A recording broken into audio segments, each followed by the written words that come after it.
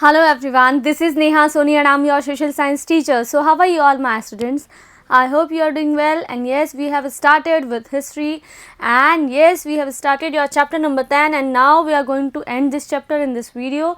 This is a part 4 of this chapter, and the name is chapter is the new empires and kingdoms. So it is the chapter number 10, and we are going to learn about the assemblies in southern India, southern states में जो assemblies हो रही थी, किस according इस assemblies जो है work करी थी, we will talk about it in this video. So here we begin it. Okay, so here assemblies in southern states. So there were many local assemblies were held. Okay, so वहाँ पे local assemblies हो रही थी. क्या काम कर रही थी assemblies? मीन्स जैसे आपने अभी गाँव में देखा होगा पंचायत बैठती है, तो ये पंचायत जो है ये गांव से संबंधित जो काम होते हैं, इरिगेशन जो है आपका लोकल जो सिस्टम है उसका मैनेजमेंट है, कुछ निर्माण कार्य करवाने हैं, कुछ मरम्मत के कार्य करवाने हैं, स्कूल को अगर अच्छा करवाना है. सो इसी तरह से एक पंचायत जैसे वर्क करती है, एक असेंबली होती है, वो मीटिंग्स होती है कुछ अच्छे गणमान्य लोगों की.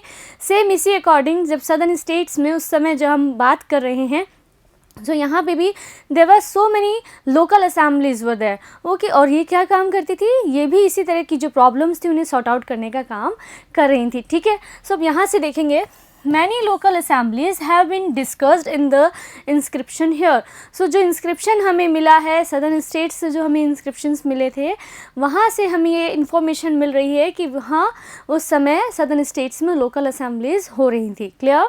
Okay, and this the organization of Brahmin landowners were called sabha, was called sabha. So जो सभा कहा जा रहा है, किन्हें कहा जा रहा है? अब असेंबलीज़ के अलग अलग टाइप्स थे. ठीक है, सो जो असेंबलीज़ जो ऑर्गेनाइज की गई थी ब्राह्मण्स के थ्रू, उन असेंबलीज़ को सभा कहा जा रहा है. ठीक है, जैसे सभा होती है तो वो सभा किसे कहा गया है, जिसे ऑर्गेनाइज कौन कर रहे हैं? ब्राह्मण्स कर रहे हैं. सो जो क्लास सिस्टम हमने देखा था, जो वर्णा सिस्टम हमने देखा, सो जो असेंबलीज जो meetings which were organise by Brahmins, उन्हें क्या कहा गया?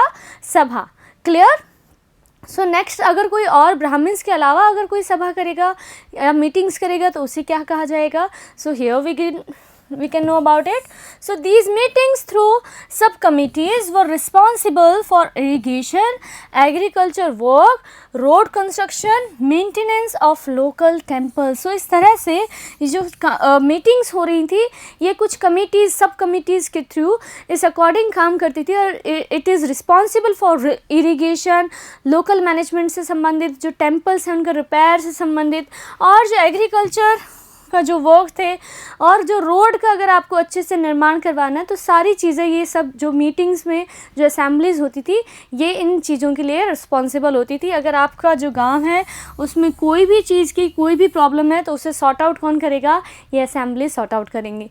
ठीक है, नेक्स्ट देखते हैं और कौन सी असेंबलीज़ हो रही थी.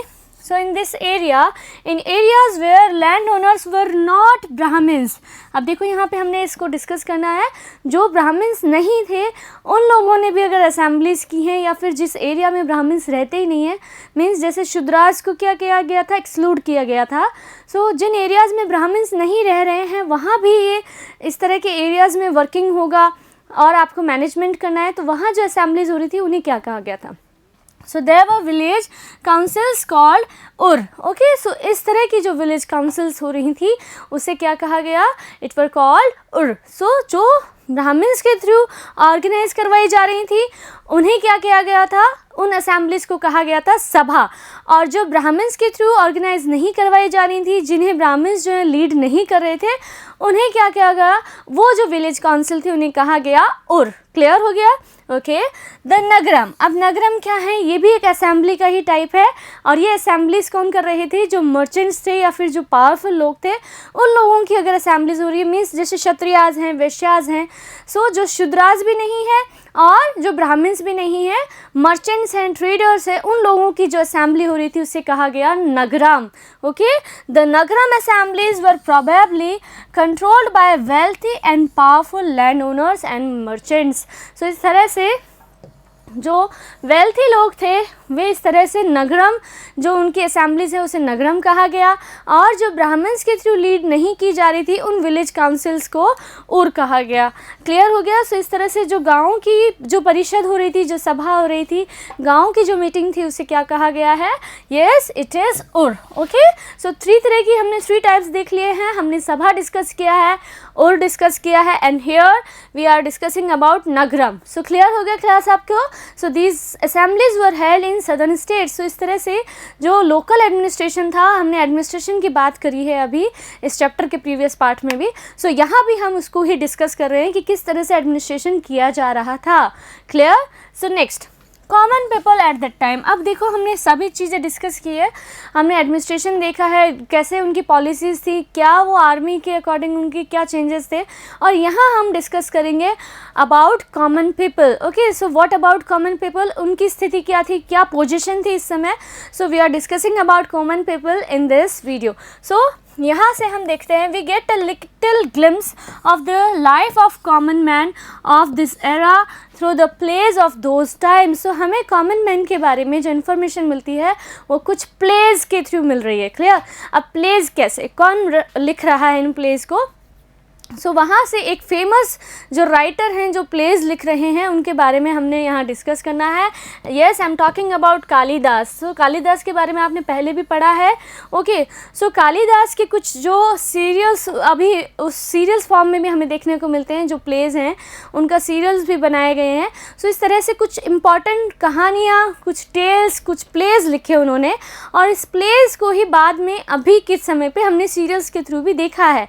ओके, सो यहाँ से हम देखेंगे the life of common people. Okay, so कैसी लाइफ थी इस एरा में, कॉमन आदमी की, ऑर्डिनरी लोगों की क्या ज़िंदगी थी। सो इस चीज़ों में क्या उनके साथ पार्शलिटी की जा रही थी या फिर कैसा बिहेव किया जा रहा था, क्या पोजीशन थी कॉमन पीपल की सोसाइटी में, we are discussing about, and we can know about these kind of things from the plays, okay, जो इस एरा में लिखे गए थे। ठीक है, so Kalidas is famous for his plays depicting the life of royal court, और इसमें उन्होंने रॉयल कोर्ट की जो लाइफ है उसका चित्रण किया है, उसके बारे में सब कुछ बताया है। सो इनके प्लेज में जो रॉयल कोर्ट था, मीन्स जो शाही दरबार था, राजा की लाइफ कैसी थी, राजा के अफेयर्स कैसे थे, उसकी पॉलिटिकल पॉलिसीज़ कैसी थी, उसका एडमिनिस्ट्रेशन कैसा था, उस समय सोसाइटी में जो पुअर पीपल है उनकी क्या पोजीशन थी, everything we can know about these kind of pledge.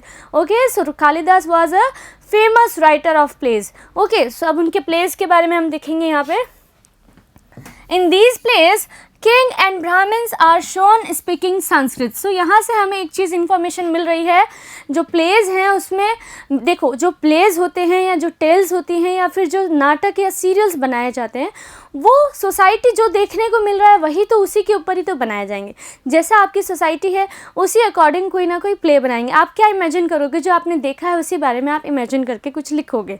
सो इसी तरह से जो प्लेज हैं उन प्लेज में ये बताया गया था कि जो किंग्स थे और जो ब्राह्मण्स थे वो अब कौन सी लैंग्वेज यूज़ कर रहे हैं, संस्कृत लैंग्वेज यूज़ कर रहे हैं। Okay, while the common people are shown speaking Prakrit, और जो लोकल आदमी हैं, जो ऑर्डिनरी लोग हैं, वे अभी भी प्राकृत जो लैंग्वेज है उसका यूज़ कर रहे हैं। ठीक है, सो संस्कृत लैंग्वेज कहाँ की थी, नदर्न स्टेट्स की थी ना। हमने जब पुराणास डिस्कस किए थे, वेदास डिस्कस किए थे, सो एंशियंट जो लैंग्वेज थी वो संस्कृत थी, और अब सदर्न स्टेट्स में भी संस्कृत लैंग्वेज कौन यूज़ कर रहा है, जो इंटेलेक्चुअल पर्सन है, जो एजुकेटेड हैं, जो हाई क्लास हैं, उस समय की जो क्लास सिस्टम के अकॉर्डिंग वे लोग संस्कृत लैंग्वेज यूज़ कर रहे हैं, और जो लोकल पीपल है, जो ऑर्डिनरी लोग हैं, वो अभी भी प्राकृत लैंग्वेज यूज़ कर रहे हैं। क्लियर होता है? तो यहाँ से एक तो डिफरेंसेस देखने को मिल रहा है उनकी स्टेटस में, और उनकी एजुकेशन के अकॉर्डिंग भी अभी तक भी वो लोग प्राकृत लैंग्वेज यूज़ कर रहे हैं। और यहाँ पे जो ब्राह्मण्स है, किंग्स है, उन्हें प्राकृत तो आती ही थी, because it was the regional language, local language, but now they are speaking in Sanskrit. सो अब वो संस्कृत में भी बातें कर रहे हैं। क्लियर? सो इस तरह से संस्कृत लैंग्वेज कौन यूज़ कर रहे थे, ब्राह्मण्स यूज़ कर रहे थे, और ऑर्डिनरी लोगों की लैंग्वेज क्या थी, प्राकृत। तो it was the language. Okay, so regional language थी वहाँ पे, लोकल पीपल की वही लैंग्वेज थी। क्लियर होता है? ये चीज़ हमें पता चल रही है, किससे पता चल रही है, by the help of this kind of plays. Clear? Okay, Kalidas most plays famous India's most famous play were Abhigyan Shakuntalam. So we are discussing about a story of Abhigyan Shakuntalam, जो उनका एक प्ले था. उस play की एक story को हम यहाँ पे ब्रीफ में स्टडी करेंगे और मैं आपको एक स्टोरी सुनाने वाली हूँ, एक राजा और एक रानी की. ठीक है, okay. So describe the love story of a king and a young girl named Dushyanta and Shakuntala. So yes, we are talking about the king named Dushyant and a young girl named Shakuntala. Okay, so अब दुष्यंत जो राजा हैं उनकी जो शकुंतला है, एक love story है इन दोनों की, और ये लव स्टोरी की हम यहाँ पे डिस्कस करेंगे. तो अभिज्ञान शाकुंतला में एक प्ले लिखा था. किसने लिखा था? Who wrote this? Yes, Kalidas ने. So here the play also discussed the misbehavior of king's servants with the poor fishermen. So यहाँ पे हम जो स्टोरी डिस्कस करने वाले हैं, जो स्टोरी पढ़ेंगे हम यहाँ पे, उससे इस प्ले में जो बताया है उस समय की जो सोशल डिस्क्रिमिनेशन था, जो किंग्स के सर्वेंट्स थे, जो पर्सनल गार्ड्स थे, जो गेट कीपर्स थे या फिर जो पुलिसमैन थे, वे लोग कैसे एक मिसबिहेव करते हैं एक लोकल व्यक्ति से, एक पुअर फिशरमैन से. सो ये चीज़ें भी हमें पता चल रही हैं कि अभी भी जो सोसाइटी में डिस्क्रिमिनेशन था, पार्शियलिटी की जा रही थी, लोगों के ऊपर प्रेशराइज करके उनसे काम करवाने की, लोग जो थे ग्रीडी बन गए थे. ठीक है, सो इस तरह से ये सारी इंफॉर्मेशन हमें कहाँ से मिल रही है? कालिदास का जो प्ले है अभिज्ञान शाकुंतलम, वहाँ से हमें इंफॉर्मेशन मिल रही है. And we will discuss about the love story of Dushyant and yes Shakuntala. So Dushyanta and Shakuntala, Dushyanta was a king and Shakuntala was a young girl. So यहाँ से इनकी लव स्टोरी के साथ साथ, इस स्टोरी के साथ साथ सिर्फ लव स्टोरी नहीं समझनी हमें ये देखना है सोसाइटी में उस समय क्या क्या चीज़ें हो रही थी, रिलेट करते हुए चलना है हमें. बिकॉज मैम आप यहाँ पे लव स्टोरी क्यों बता रहे हैं? लव स्टोरी नहीं है, यहाँ पे हमें ये भी देखना है कि सोसाइटी में किस तरह से लोगों का आपस में जो रिलेशनशिप थे वो कैसे थे. Okay, so here we are going to start the story of a fisherman. Clear? Okay, so a fisherman found a ring. जो ये जो पूरा प्ले था उसके बीच में एक ये स्टोरी आ रही है इस प्ले के अंदर, और इस स्टोरी में फिशरमैन के बारे में हम देखेंगे. फिशरमैन को एक रिंग मिलती है और ये रिंग किसकी होती है, कौन इस रिंग को पहनता था और किसकी ये रिंग खो गई थी, बाद में किसे मिली, ये सब कुछ जो चीज़ें हैं, these things are related with Dushyanta and Shakuntala. Clear? So here we begin it. A fisherman found a precious ring. अब कैसे मिली होगी वो रिंग? सो इसके पहले की स्टोरी देख लेते हैं. जो राजा दुष्यंता थे, जब वे एक बार किसी वन में जा रहे थे और उन्होंने जो ऋषि हैं उन रास्ते में, जैसे ऋषि के आश्रम होते हैं, तो उन्होंने ऋषि के आश्रम में रुकने के लिए ऋषि को आवाज़ दी.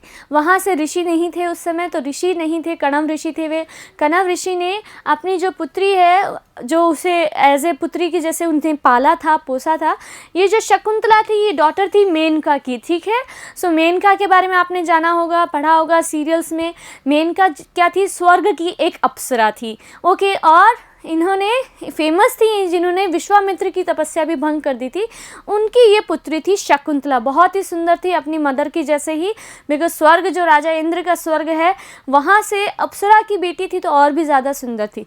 ठीक है, तो ये बाहर निकल के आई. इन्हें क्या किया गया था? मेनका ने छोड़ दिया था. ठीक है ना, मेनका ने अब इन्हें अपनाया नहीं था.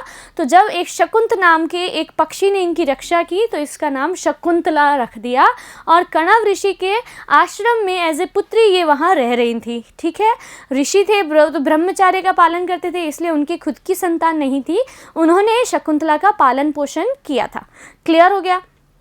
अब राजा दुष्यंत वहाँ से निकल रहे हैं, उन्होंने ऋषि को आवाज़ दी. ऋषि वहाँ अवेलेबल नहीं थे, तो कौन बाहर आएगी? शकुंतला आएगी. यस, क्या काम है आपको? तो उन्होंने पूछा, उन्होंने बातें की और फिर बाद में प्रपोजल दिया दुष्यंता ने शकुंतला को कि yes I want to marry with you. और वो लोगों ने जो उस समय जो गंधर्व विवाह होता है, एज ए जो लव मैरिज होती है, वो उन्होंने कर ली. और एक अपनी याद में जब उन्हें वापस अपने जो अपना उनका राज दरबार था, जो अपनी जो उनका एम्पायर था, वहाँ जाना था, तो उन्होंने अपनी जो रिंग है, राजा ने अपनी जो राजकीय अंगूठी थी, वो अंगूठी शकुंतला को पहना दी कि ठीक है, मैं आऊँगा किसी दिन और तुम्हें यहाँ से वापस रानी बना के लेके जाऊँगा. ठीक है, यहाँ से स्टोरी होती है स्टार्ट. अब शकुंतला जो है वो रिंग को पहने हुई थी. एक दिन वो कहीं किसी नाव में बैठ के इस तरह जा रही थी और सूर्य को आचमन करने के दौरान उनके हाथ से जो रिंग है वो फिसल गई और नदी में गिर गई और नदी में किसने निगल लिया उस रिंग को? इस फिश ने उस रिंग को स्वॉलोड कर लिया। ठीक है, अब क्या होगा? फिशरमैन होता है, फिशरमैन क्या करता है? वो फिशेस को कॉट करता है, पकड़ता है। तो उसने क्या किया, कुछ मछलियाँ पकड़ी, उन्हीं मछलियों को जब वो काट रहा था तो उस मछली के पेट से ये रिंग उसे मिली। ठीक है, सो इस तरह से स्टोरी के पीछे की जो बैक साइड स्टोरी थी वो मैंने आपको क्लियर कर दी है। अब यहाँ से जो फिशरमैन है उसे ये प्रीशियस रिंग मिली, उसे देखते ही वो पहचान गया कि ये तो राजा के दरबार की अंगूठी हो सकती है। ठीक है, so this ring was presented by the king to Shakuntala but accidentally swallowed it by the fish. so यही मैंने आपको स्टोरी में बताया है। एक्सीडेंटली क्या हुआ, इसके हाथ से ये जो रिंग है ये फिसल के गिर गई और ये रिंग को किसने ले लिया? फिश ने निगल लिया, स्वॉलोड कर लिया। ओके, अब क्या होगा आगे? अब जो फिशरमैन है उसने अपनी ईमानदारी का परिचय देते हुए राजा को वो वापस जाके देने के लिए सोचा। ठीक है, so here when the fisherman reached the palace with this ring, अब क्या होता है, फिशरमैन तो ईमानदार था। सो यहाँ से हमें पता चलता है कि जो लोकल लोग थे, जो पुअर लोग थे, उनमें अभी भी रिंग के प्रति लालच नहीं आया था, ईमानदारी थी, ऑनेस्टी थी। लेकिन क्या जो किंग्स के सर्वेंट थे क्या वे भी इतने ऑनेस्ट थे?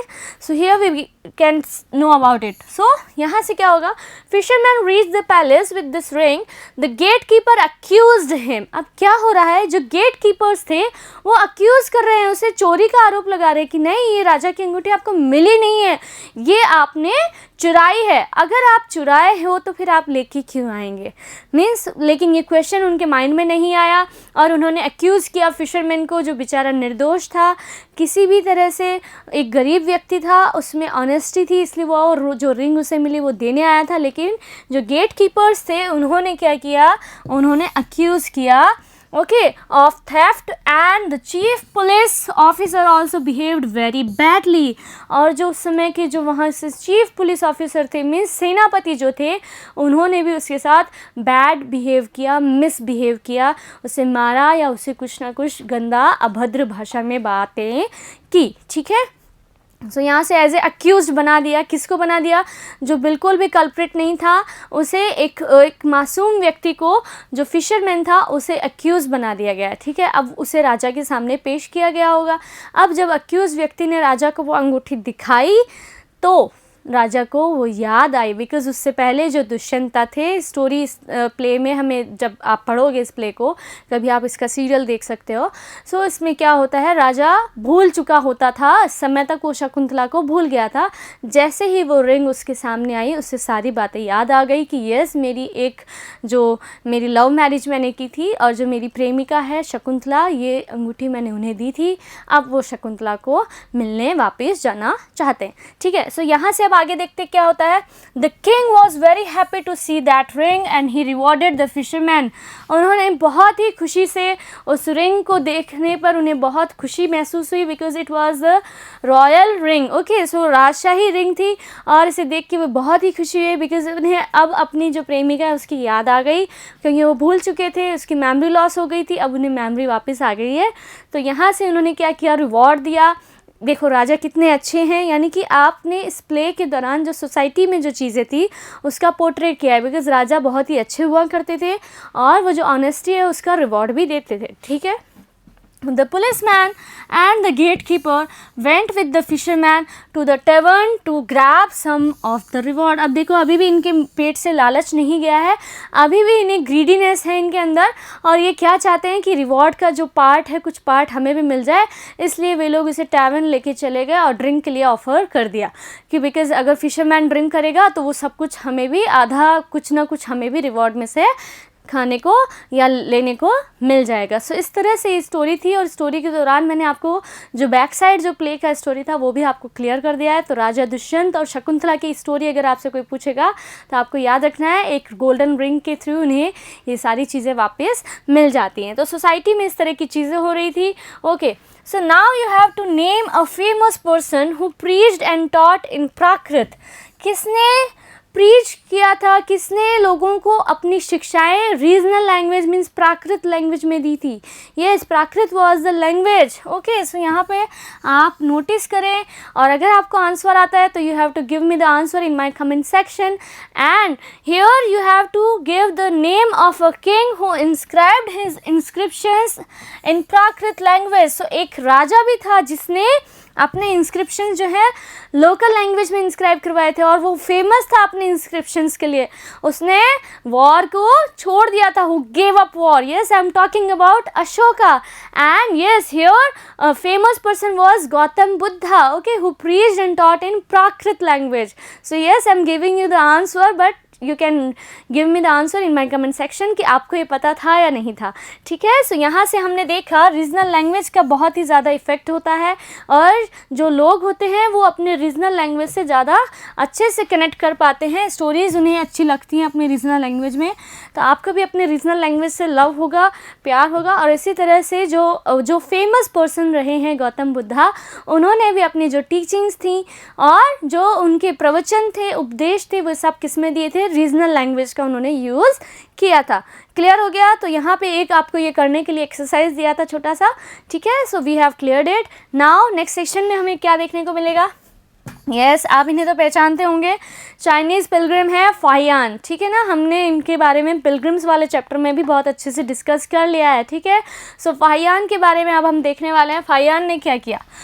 The Chinese traveler, or you can say pilgrim, Fahian also draws attention to the plight of those who were considered untouchables by the high and powerful mighty class. जो class में जिस तरह से कुछ लोगों को एक्सक्लूड किया जा रहा था, जिन्हें वर्णा सिस्टम के तहत शूद्रास बताया गया था, जिन्हें अनटचेबल्स ट्रीट किया जा रहा था, उन लोगों के बारे में, उनकी जो दुर्दशा थी उसके बारे में, उनकी जो प्लाइट थी, उनकी जो लाइफस्टाइल थी, उनके बारे में भी यहाँ पे बताया है.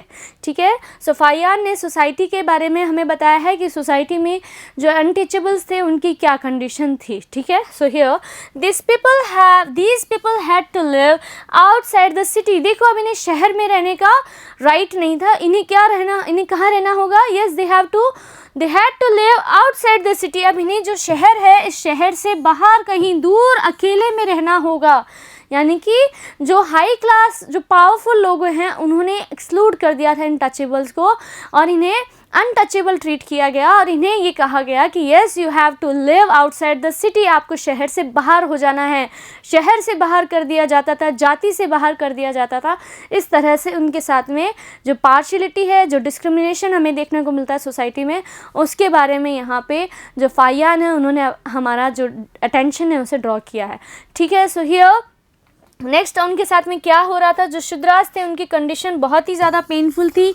और जब भी कभी अगर उन्हें सोसाइटी के अंदर, मीन्स आपकी सिटी के अंदर अगर आना है, तो उन्हें कुछ इस तरह से कुछ एक वुडन का पीस होता था, उसे हिट करते हुए, उससे आवाज़ करते हुए साथ साथ आना है, ताकि जो दूसरे लोग हैं जो अपने आप को उससे टच नहीं करना चाहते, वो उनसे साउंड सुन के दूर हो जाते थे. सो इसी तरह से यहाँ पे डिस्क्रिप्शन दिया है फाहियान ने. If this people had to come inside the city. अगर इन लोगों को शहर में आना होता, they would hit a piece of wood to warn everyone. सभी लोगों को वार्निंग देते हुए एज ए साउंड जो था कि मीन्स मैं आ रहा हूँ, अगर किसी को मुझसे दूर होना है तो आप मुझसे दूर हो जाइए. तो इस तरह से इन लोगों को खुद को, अपने आप को, इतना जो पार्शियलिटी इनके साथ की जा रही थी और इस तरह से इन्हें अपने आप को ट्रीट करना पड़ रहा था कि ये खुद को भी अनटचेबल्स फील करने लगे थे. मीन्स मैं अछूत हूँ, मैं किसी को टच नहीं कर सकता. इस तरह से इनके साथ बिहेव हो रहा था और ये जनरेशन्स के थ्रू आगे से आगे ये जनरेशन वाइज चला जा रहा था. ठीक है. So hearing this sound, people become alert and save themselves from any kind of contact. इनसे किसी भी तरह का कोई contact, कोई touch नहीं चाहते थे. वे लोग क्या करते? After hearing this sound, okay, so अब वे अपने आप को सेव कर लेते, डिस्टेंस मेंटेन कर लेते ताकि इनसे टच ना हो. तो देखो सोसाइटी में बच्चों कैसे अनटचेबल्स ट्रीट किया जा रहा था. कुछ लोगों को, जो लोगों की कोई गलती नहीं है, जो लोग सोसाइटी को क्लीन करने का काम कर रहे हैं, सोसाइटी को अच्छा बनाने का काम कर रहे हैं, सिर्फ एक क्लास का आपने जो डिस्क्रिमिनेशन, क्लासेस में जो डिस्क्रिमिनेशन आपने कर दिया है, उस अकॉर्डिंग इनके साथ में इस तरह का घटिया और पेनफुल कंडीशन थी इनकी. ठीक है. सो बहुत ही बुरी कंडीशन थी इनकी और इस तरह सोसाइटी में इनके साथ पार्शियलिटी की जा रही थी. ठीक है. नेक्स्ट क्या है? नेक्स्ट अब हम पढ़ेंगे किंग्स की आर्मी के बारे में। अब देखो राजा कितने पावरफुल हैं तो उनकी आर्मी क्या करती है, ज़्यादा शो ऑफ करती है। मींस जब भी राजा का जत्था अगर किसी इलाके से होकर गुजरता है, जैसे आज के टाइम पे अगर आप देखो कई बार शादी में बारात आती है ना, तो दूल्हा भी कैसे होता है, राजा के जैसे उसकी ग्रैंड रॉयल एंट्री होती है ना, गाजे बाजे के साथ में दूल्हा आ रहा है और ना हाथी घोड़े पालकी सब कुछ होते हैं, बैंड बाजा ट्रम्पेट्स एवरीथिंग होते हैं। सो उसे एज ए किंग की जैसे ट्रीट किया जा रहा है। सो जब रियल किंग जो है अपनी आर्मी के साथ अगर किसी शहर से निकल रहे थे, कहीं मार्च कर रहे थे, तब क्या सीन होता था। जैसे हमने एक सीन देखा था रॉयल ग्रैंड एंट्री का, जब अशोका की एंट्री होती थी तो लोग बहुत खुश होते थे ना।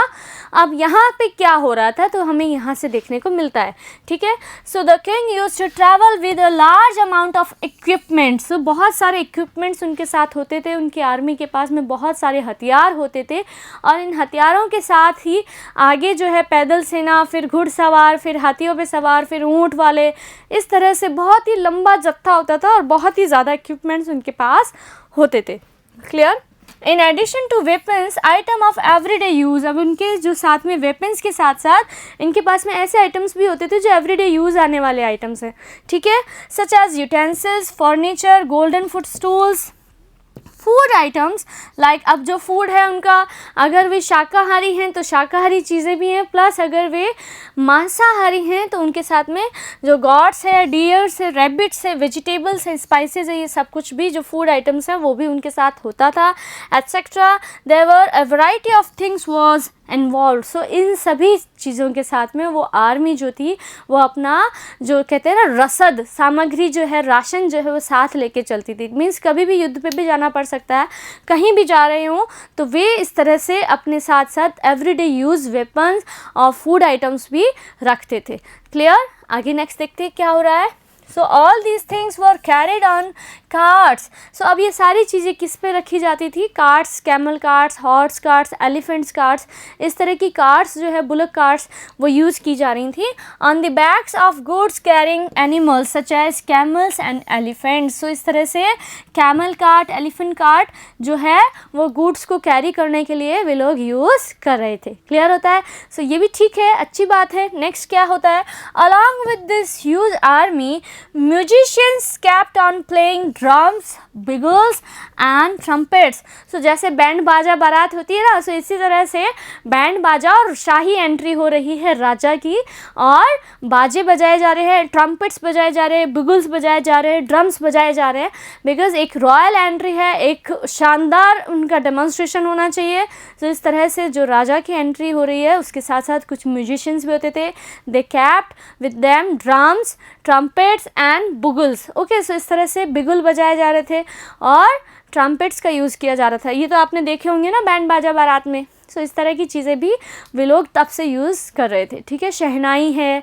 ओके, नेक्स्ट क्या है, अब इस समय जो विलेजर्स हैं वे क्या कर रहे हैं, जब भी कोई रॉयल एंट्री हो रही है, किसी किंग की आर्मी के साथ में एंट्री हो रही है, तो विलेजर्स जो थे उस समय, अभी भी आपने देखा होगा कई बार सवारियां निकलती हैं। सवारी मीन्स कई बार जैसे तीज माता की सवारी है या किसी अन्य देवी देवता भगवान या इनका कोई, या फिर कोई आपकी रिलीजन के अकॉर्डिंग अगर कोई भी यात्रा निकल रही है तो उस समय जो लोकल पीपल हैं वो भी उस यात्रा को देख के खुश होते हैं। मीन्स अगर आप बारात का ही एग्जाम्पल ले लेते हैं, यहाँ पे भी बारात निकलती है तो हम लोग घर से देखने लगते हैं ना, हम भी बड़े खुश होते हैं।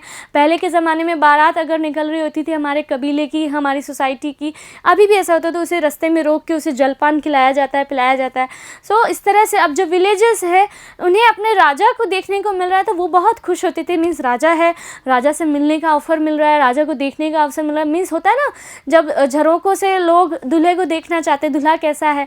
सो इसी तरह से राजा कैसे, उसी राजा की एंट्री कैसे हो रही है, ये सारी चीज़ें जो विलेजर्स को बहुत ही हैप्पीनेस दे रही थी, ठीक है। सो यहाँ से क्या होता है, the villagers who fell on the way had to welcome him. और जो लोग रास्ते में रह जाते थे उन्हें राजा का वेलकम करना होता था, ठीक है। They came with gifts of curd, jaggery and flowers and also gave fodder to the animals. अब क्या होता है, राजा जब आ रहे हैं तो उन्हें एज ए गिफ्ट दिया जा रहा है, गुड़ और दही खिलाया जा रहा है, फ्लावर्स दिए जा रहे हैं, और जो एनिमल्स हैं उनके लिए फॉडर लिया जा रहा है, चारा रखा जा रहा है। तो इस तरह से उनका वेलकम कर रहे थे, ठीक है। They also wanted to meet the king. अब जो पुअर पीपल हैं, जो विलेजर्स हैं, जिन्हें कभी राजा से मिलने का, उन्हें टच करने का, उन्हें देखने का अवसर नहीं मिल रहा, यहाँ पे वो क्या चाह रहे थे, यहाँ पे जब राजा उनके बस्ती से होके गुजर रहे हैं, उनके वहाँ से होके गुजर रहे हैं, तो वे भी चाहते थे, they want to meet the king. Okay, उनकी जो कोई ग्रीवेंसेस हैं और उनकी कुछ पिटिशंस हैं, रिक्वेस्ट हैं, तो ये सब कुछ उन्हें ऑफर करके उन्हें बताना चाहते थे, so that they could put forward their grievances and request। so इससे वे क्या कर सकते हैं, अपनी जो प्रॉब्लम्स हैं उन्हें बता सकते हैं और अपनी जो कुछ भी रिक्वेस्ट है, याचिकाएं हैं, पिटिशंस हैं, शिकायतें हैं, कंप्लेंट्स हैं, ये सब कुछ राजा को बता सकते थे। ठीक है, और राजा भी पब्लिक मीटिंग कर रहा है, मीटिंग तो नहीं कर रहे बट उस समय राजा को अगर कोई बीच में, आप जैसे कभी कोई राजनेता होते हैं किसी दौरा पे निकलते हैं, तो कई बार क्या होती है, सामान्य जनता उन्हें अपनी प्रॉब्लम्स बताती है, उनसे रिक्वेस्ट करती है। सो इसी तरह से जब राजा वहाँ से निकलते थे तो लोग जो है अपने प्रॉब्लम्स और ग्रीवेंसेस जो है, अपनी कुछ कंप्लेंट्स हैं, अपनी कुछ रिक्वेस्ट हैं, वे राजा को बताते थे ताकि वे प्रॉब्लम्स जो है उनका सॉर्ट आउट हो जाए। ठीक है, सो इस तरह से उन्हें क्या खिलाया जाता था, गुड़, जैगरी और कर्ड खिलाया जाता था, फ्लावर्स ऑफर किए जा रहे थे। ठीक है, नेक्स्ट हम देख लेते हैं, नेक्स्ट क्या हो रहा है, but these armies would leave behind a trail of destruction। अब क्या है, यहाँ पे जब ये आर्मी है, लोग बड़े खुश होते थे, लेकिन आर्मी क्या कर रही है, विनाश छोड़ के जा रही है। मीन्स इतने बड़े आर्मी निकल रही है, राजा जब जैसे निकल जाता ना तो वहाँ पे धूल ही धूल, सब कुछ तबाही हो जाती थी, डिस्ट्रक्शन हो जाता था। सो ये सारी चीज़ें, आर्मी जो है सब कुछ बिगाड़ जाती थी। उनकी आर्मी के लोग जो थे बहुत ही एक्साइटेड और जोश में भरे होते थे, तो कई बार उनके जो एनिमल्स हैं वो इस तरह का जो ड्रम बजा रहे हैं, इतना शोर शराबा कर रहे हैं, तो कई बार क्या होता है, जैसे होता है ना बारात की घोड़ी जो बिदक जाती है, सो सेम चीज़ यहाँ पे भी होता है। कई बार एनिमल्स जो है ना वो बिदक जाते हैं, मीन्स वो बहुत ही ज़्यादा हॉरिबल सिचुएशन हो जाती है और जब वे लोग इधर उधर रन अवे और इधर उधर भागने लगते हैं। तो अब यहाँ पे भी ऐसा ही कुछ हो सकता है। कई बार एलिफेंट्स क्या करते थे, elephants often trample the hearts of the villagers. कई बार हाथी जो है, कहते हैं ना, हाथी जब उसको जब गुस्सा आता है तो फिर वो सभी चीज़ों को क्या कर देता है, ट्रैम्पल कर देता है। सो इस तरह से वो कुचल देते थे, लोगों को कुचल देते थे, झोंपड़ियों को कुचल देते थे एलिफेंट्स जो थे। और जो बुलक होते थे वो कई बार जो कैरवान्स में लगे हुए होते थे, वो भी अपना कारवां कन्वॉयस को छुड़ा के इधर उधर कहीं भी भागते फिर रहे थे। सो इस तरह का जब आर्मी जो एटमॉस्फेयर पैदा कर रही है, इतना बड़ा शोर शराबा हो रहा है, तो ये सब कुछ होना लाजमी था। सो एलिफेंट्स इस तरह से ट्रैम्पल कर रहे थे of the villagers and the bullocks in the convoys of the merchants ran away in fear of this bustling atmosphere. So ये जो एटमॉस्फेयर था, ये बसलिंग एटमॉस्फेयर बन गया था और इस एटमॉस्फेयर से इफ़ेक्ट हो रहा था। जो एनिमल्स थे वे लोग इधर उधर भाग रहे थे और जो आर्मीज़ थी वो इस तरह से पीछे जो है तबाही छोड़ के चली गई थी। बिकॉज़ जब भी एक जगह से मार्च हो रहा था, ट्रैवल किया जाता था, तो उसके बाद में जो मंज़र होता था वो बिल्कुल लोगों के घर उड़ जाते थे, तबाह हो जाते थे, सारी झोंपड़ियाँ टूट जाती थी। सो इस तरह का एक बैड जो है ना, पीछे से बैडनेस रह जाती थी। हैप्पीनेस तो थी लोगों में राजा से मिलने की, सब कुछ, लेकिन आर्मी इस तरह से ये चीज़ें जो हैं, उनके जो एलिफेंट्स हैं, उनके जो एनिमल्स हैं, ये सारी चीज़ों को ख़राब करके चले जाते थे। क्लियर हुआ? तो यहाँ से हमने सोसाइटी के बारे में देखा और ये सारा डिस्क्रिप्शन हमने कहाँ से देखा, फाहियान ने जो लिखा था उसके अकॉर्डिंग देखा है। आगे देखते हैं क्या हो रहा है। सो बाण भट्टा जी क्या कह रहे हैं। So बाण भट्टा writes the whole world was swallowed up in dust। अब यहाँ से हमने जो डिस्क्रिप्शन है उसके बारे में बाण भट्टा जी ने भी लिखा है कि इस तरह से जब भी जो किंग है उसकी जो आर्मी का मार्च होता था और किंग का जब मार्च होता था, तो बाकी जब भी ये सब कुछ हो जाता था, सारा वर्ल्ड, जो सारी दुनिया है वहाँ की, उस समय वो सब धूल के गुब्बार में भर जाती थी। ठीक है, सो बाण भट्टा जी के बारे में हमने पहले भी डिस्कस किया है। इन्होंने एक जो है ना जीवनी लिखी है, आपको मुझे उसका नाम बताना है, कमेंट सेक्शन में आपको मुझे रिप्लाई करना है। ठीक है, सो आगे देख लेते हैं आगे इस चैप्टर में क्या होने वाला है। एल्सवेयर हम एक केस स्टडी करने वाले हैं और एक रिलीजन के बारे में हम यहाँ पर डिस्कस करेंगे इस चैप्टर में, एक न्यू रिलीजन के बारे में। अभी तक हमने हिंदुज़्म के बारे में डिस्कस कर लिया, बुद्धिज़्म, जैनिज़्म, क्रिश्चियनिटी के बारे में भी हम पढ़ चुके हैं। अब यहाँ से हम पढ़ेंगे इस चैप्टर में इस्लाम के बारे में। ठीक है, सो यहाँ से आपको ये मैप याद आ रहा होगा, map number 6। Okay, so map number 6 में आपको सर्च करना है Arabia. Okay, so you have to find Arabia. So I will help you, I will assist you. Here is Arabia. Okay, so first of all I will zoom it. Now you can see better. अब Arabia की बात हो रही है इस chapter में. हमने ये मैप पहले भी डिस्कस कर लिया. ये है हमारा प्यारा सा इंडिया. ओके, सो यहाँ पे हमने इंडिया की पोजीशन रख ली है और यहाँ से हमने जब सी रूट्स को डिस्कस किया था, सिल्क रूट्स को हमने डिस्कस कर लिया है. ओके, अब यहाँ इंडिया के बाद में यहाँ जो अरेबिया है यहाँ की बात की जा रही है. अरेबिया की, Iran, Iraq, Spain, north Africa, ये सब जो चीज़ें हैं और मिडल ईस्ट की यहाँ पे हमें देखना है. तो अभी आज आपको ये देखना है कि अरेबिया कहाँ है. मैंने आपको क्लियर कर दिया है. Now you have to look and you have to find Arabia in your map. Okay, and map is given to your book. So आपको इस तरह से इस मैप को रखना है सामने. और जो कुशान एम्पायर है, पर्सिया है, हमने मेडिटेरेनियन सी को भी देखा था, इधर हमने रोमन एम्पायर को भी देखा है. सो इटली, रोम, ये सब हमने डिस्कस कर लिया था. सो अब आगे देखते हैं. अरेबिया को तो हमने ढूंढ लिया है. अब आगे क्या. So here although Arabia is a desert. So Arabia क्या है, एक डेजर्ट है. ठीक है. So my dear class, Arabia is a desert. So यहाँ पे रेगिस्तानी इलाका है ये. ठीक है. सो रेगिस्तानी इलाका है तो रेगिस्तान का जहाज, जो आपका क्वेश्चन बनता है बचपन से, कौन होता है. यस, बताइए मुझे, वो किसे कहा जाता है, रेगिस्तान का जहाज. तो यहाँ से हमें वो भी आंसर मिल जाएगा. आगे देखते हैं डेजर्टेड एरिया तो क्या होता है. सो although it was a desert, okay, it was at the hub of communication for centuries. बहुत सालों से ये कम्युनिकेशन का हब बना हुआ है, कम्युनिकेशन हब बना हुआ है. बिकॉज अरेबिया से होते हुए हमने जब पहले भी डिस्कस किया था वाइन्स के बारे में, जो वाइन्स थी उनके थ्रू जो सेलर्स थे उनका आना बहुत आसान हो रहा था. हमने डिस्कस किया है इसको. ओके, जो ईस्ट अफ्रीका है, अरेबिया है ना, यहाँ के जो सेलर्स थे उन्होंने बहुत ही कंट्रीब्यूशन दिया था उस समय लोगों को इंडियन सब कॉन्टिनेंट तक लाने के लिए. ओके, और ये बहुत ही इंपॉर्टेंट प्लेस रखता है कम्युनिकेशन के लिए. सो दैट्स वाई ये एक कम्युनिकेशन हब बन चुका है. क्लियर हो गया. सो नेक्स्ट क्या देखने वाले हैं हम. In fact, Arab merchants and sailors played an important role in the sea trade between India and Europe. So India और यूरोप के बीच में जो सी ट्रेड हो रहा था, हमने यूरोप के बारे में पहले भी डिस्कस किया है. सो यहाँ पे हम वापस देख लेते हैं. जब हम यूरोप को हमने ट्रेड करते थे तो जो अरेबिया है इसका बहुत ही मेजर रोल रहा है, बहुत ही कंट्रीब्यूशन रहा है. Because between India and Europe, तो अरेबिया ने बहुत ही इंपॉर्टेंस, अरेबिया के जो अरब सेलर्स थे, जो मर्चेंट्स थे, उन्होंने इंपॉर्टेंट रोल प्ले किया था. और उन्होंने जो वाइन्स जब भी चलती थी, जब उन वाइन्स के सहारे वे लोग यहाँ आ जाते थे और जब वाइन्स वापस इधर की होती थी तो इधर आ जाते थे, है ना. तो इस तरह से जो रास्ता ढूंढा है, एक रास्ता बनाया है, तो उसमें कंट्रीब्यूशन किसने किया था, अरेबियन जो लोग थे. ठीक है ना, उन लोगों ने इंडिया और रोम जो यूरोप था वहाँ तक का जो सी रूट्स थे और उनके बीच में जो ट्रेड्स हो रहा था उसमें अरब के सेलर्स और मर्चेंट्स का बहुत ही ज़्यादा कंट्रीब्यूशन रहा है. Clear. Other who lived in Arabia were Bedouins. Okay, so जो लोग अरेबिया में रह रहे थे, अरब में रह रहे थे, उन्हें क्या कहा है, बेदोइंस कहा गया है. पेस्टोरल ट्राइब्स थी, ये पैदल चलने वाले लोगों में शामिल थे. Okay, and depending mainly on camels. तो ये लोग क्या करते थे, मेनली कैमल्स पे डिपेंड होते थे. अभी भी ये ट्राइबल जो क्लाइंट्स हैं, इस तरह की क्लाइंट्स यहाँ पे देखने को मिलती है और इन्हें बेडोइंस कहा जा रहा था, जो अरब में रह रही थी. और ये मेनली जो है कैमल पे डिपेंड थे. बिकॉज कैमल क्या एक हार्डी एनिमल है ना, और रेगिस्तान का जहाज भी कहा जाता है इसको.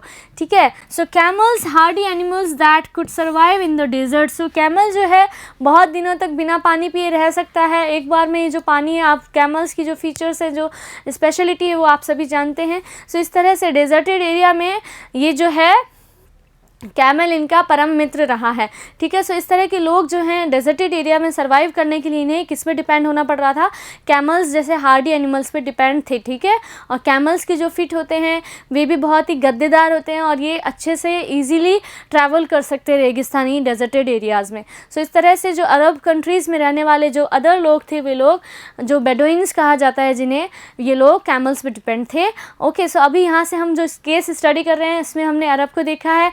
नेक्स्ट अब अरब के बारे में और क्या स्पेशल थिंग है वो देखते हैं यहाँ पे. So around 1400 years ago, 1400 years को अगर आप कन्वर्ट करोगे एडी में तो क्या होगा, ये 600 एडी. क्लियर.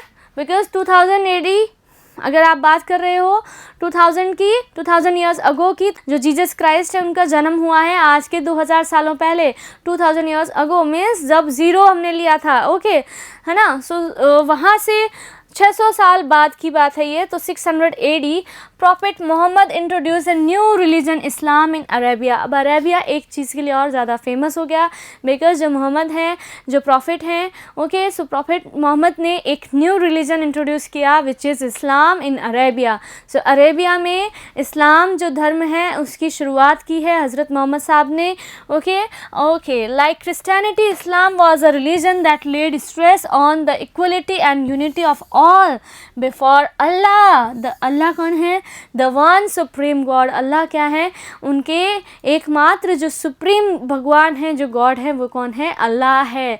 और इस्लाम जो है क्रिश्चियनिटी के जैसे ही सभी की इक्वलिटी और यूनिटी पर स्ट्रेस देता है, जोर देता है, ठीक है। आगे देखते हैं इसकी और क्या फीचर्स हैं। Here is a verse from the Quran. Quran क्या है? एक पवित्र ग्रंथ है, sacred book of Islam. So Quran is the sacred book of Islam because Quran में बहुत ही अच्छी बातें लिखी हुई हैं दोस्तों। और कुरान में जो ये धर्म है इस्लाम, इसकी जो अच्छी चीज़ें हैं, यूनिटी और जो इक्वलिटी की जो बात की जा रही है सभी लोगों के लिए, और जो सुप्रीम गॉड है इनके, उन्हें क्या कहा गया है? उन्हें कहा गया है अल्लाह, ठीक है। तो इस तरह से हमने यहाँ पे ये देखा, जो हमने केस स्टडी की है अरेबिया की, वहाँ पर हमने देखा जो प्रॉफिट मोहम्मद थे उन्होंने एक न्यू रिलीजन इंट्रोड्यूस किया which is Islam in Arabia, okay. And Christianity के जैसे ही इस्लाम की भी जो फेमस फीचर ये रहा है बिकॉज़ ये इक्वलिटी और यूनिटी सभी के लिए चाहता है, तो ये बहुत ही अच्छी बात है। और इनके जो सुप्रीम गॉड हैं वो हैं अल्लाह, और इसकी जो फेमस जो होली बुक है, जो सैक्रेड बुक है इस्लाम की, वो है कुरान, ठीक है। ये सारी चीज़ें आपको अच्छे से लिख लेनी है, कंपटीशन एग्ज़ाम्स की भी अगर आप तैयारी कर रहे हो तो आपके लिए यूज़फुल रहेंगी, ठीक है। नेक्स्ट क्या है? फॉर मुस्लिम। अब देखो इसमें क्या लिखा है, एक वर्स लिया है हमने, सो उसमें क्या लिखा है? For Muslim man and women, जो मुस्लिम पुरुष और महिलाएं हैं उनके लिए। For believing man and women, जो लोगों में विश्वास करते हैं। For devout man and women. For true man and women, जो सच्चे आदमी और औरत हैं, पुरुष हैं। For man and women who are patient, जो पेशेंट रखते हैं, सब्र रखते हैं, पेशेंस रखते हैं। And constant. For man and women who humble themselves, जो लोगों के लिए हम्बल हैं, ठीक है। And for man and women who give in charity, जो लोगों को दान देते हैं। ऐसे पुरुष, ऐसी महिलाएं, जो लोग हैं, जो मुस्लिम्स हैं और जो ईश्वर में विश्वास रखते हुए चैरिटी करते हैं, जो हम्बल हैं बाय नेचर, इन सभी के लिए लिखा है। और क्या लिखा है? For man and women who fast, जो उपवास रखते हैं, रोज़े रखते हैं, फास्ट करते हैं। For man and women who guard their chastity, जो अपनी पवित्रता, अपनी शुद्धता की रक्षा करते हैं। मीन्स आप पवित्र हैं, आप वर्जिन हैं, इस तरह की अगर आप शुद्धता रखते हैं अपने रिलेशनशिप में, जो लोग हैं। और and for man and women who engage much in Allah's remembrance, so जो लोग भगवान अल्लाह जो हैं, उनके जो सुप्रीम गॉड हैं, उसकी याद में दिन भर अपना समय व्यतीत करते हैं, अल्लाह को याद करते हैं, वे लोग। For them Allah prepared forgiveness and great reward, इन सभी लोगों के लिए, इन सभी पुरुषों और for man and women Allah ने क्या तैयार किया है? उन सभी को अल्लाह ने जो है दया बख्शी है और उन सभी के लिए रिवॉर्ड दिया है, ग्रेट रिवॉर्ड, पुरस्कार रखा है। सो अल्लाह किन्हें पुरस्कार करता है, किन्हें यह नेमत देता है?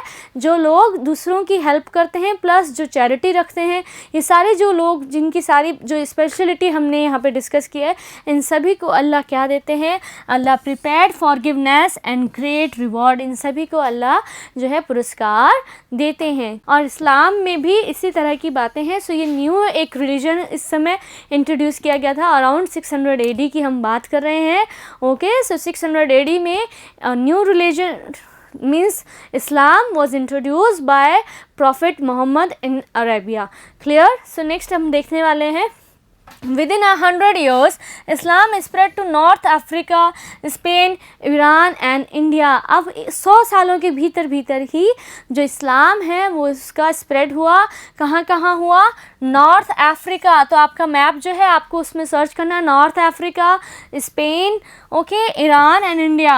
सो हमने ईरान, पर्सिया ये सब हमने डिस्कस किया था. यहाँ तक भी इसका स्प्रेड 100 सालों के अंदर ही ये सब जगह फैल गया था. ठीक है, ओके. अरब सेलर्स, अब आगे फिर पढ़ेंगे हम अरब सेलर्स के बारे में. Who were already familiar with the coastal settlements of सब कॉन्टिनेंट, जो पहले से ही इस कॉन्टिनेंट से फैमिलियर थे, बिकॉज वो जो ट्रू सी रूट्स थे और जो सेलर्स थे जो यहाँ पे जो कंट्रीब्यूशन दे रहे थे, जो बीच में जो इंडियन और जो यूरोप के बीच में जो ट्रेड हो रहा था उसमें हेल्प कर रहे थे, ये लोग पहले से ही फैमिलियर थे कोस्टल एरियाज से. और कोस्टल एरियाज कहाँ के, इंडियन सब कॉन्टिनेंट के. तो अब क्या होगा यहाँ पर, जब न्यू रिलीजन जब जिसको इंट्रोड्यूस किया गया तो ये लोग जो सेलर्स जो पहले से इंडियन सब कॉन्टिनेंट में आते जाते थे, यही लोग भारत में भी इस रिलीजन को लेकर आए थे. क्लियर हो गया. Now brought the new religion with them. So ये लोग अपने साथ नया धर्म जो इस्लाम धर्म है इसे भारत में इंडियन सब कॉन्टिनेंट में लेकर आए थे. तो कौन लेकर आए थे इंडियन सब कॉन्टिनेंट में इस्लाम को?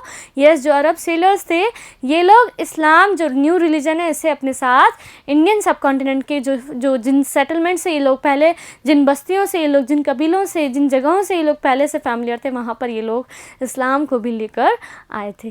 क्लियर हो गया. नेक्स्ट आगे देखते हैं क्या होता है. So here another thing is given to us, Arab soldiers. अब अरब सोल्जर्स की अगर हम बात करें, सो मोहम्मद बिन कासिम, अगर आपने आगे भी हम नेक्स्ट जो हमारी क्लासेस उनमें हम पढ़ेंगे. सो फर्स्ट सोल्जर वो थे जिनकी सेना ने, जिनकी आर्मी ने जो इंडियन सब कॉन्टिनेंट का जो सिंध जो प्रोविंसेस है वहाँ पे अटैक किया था.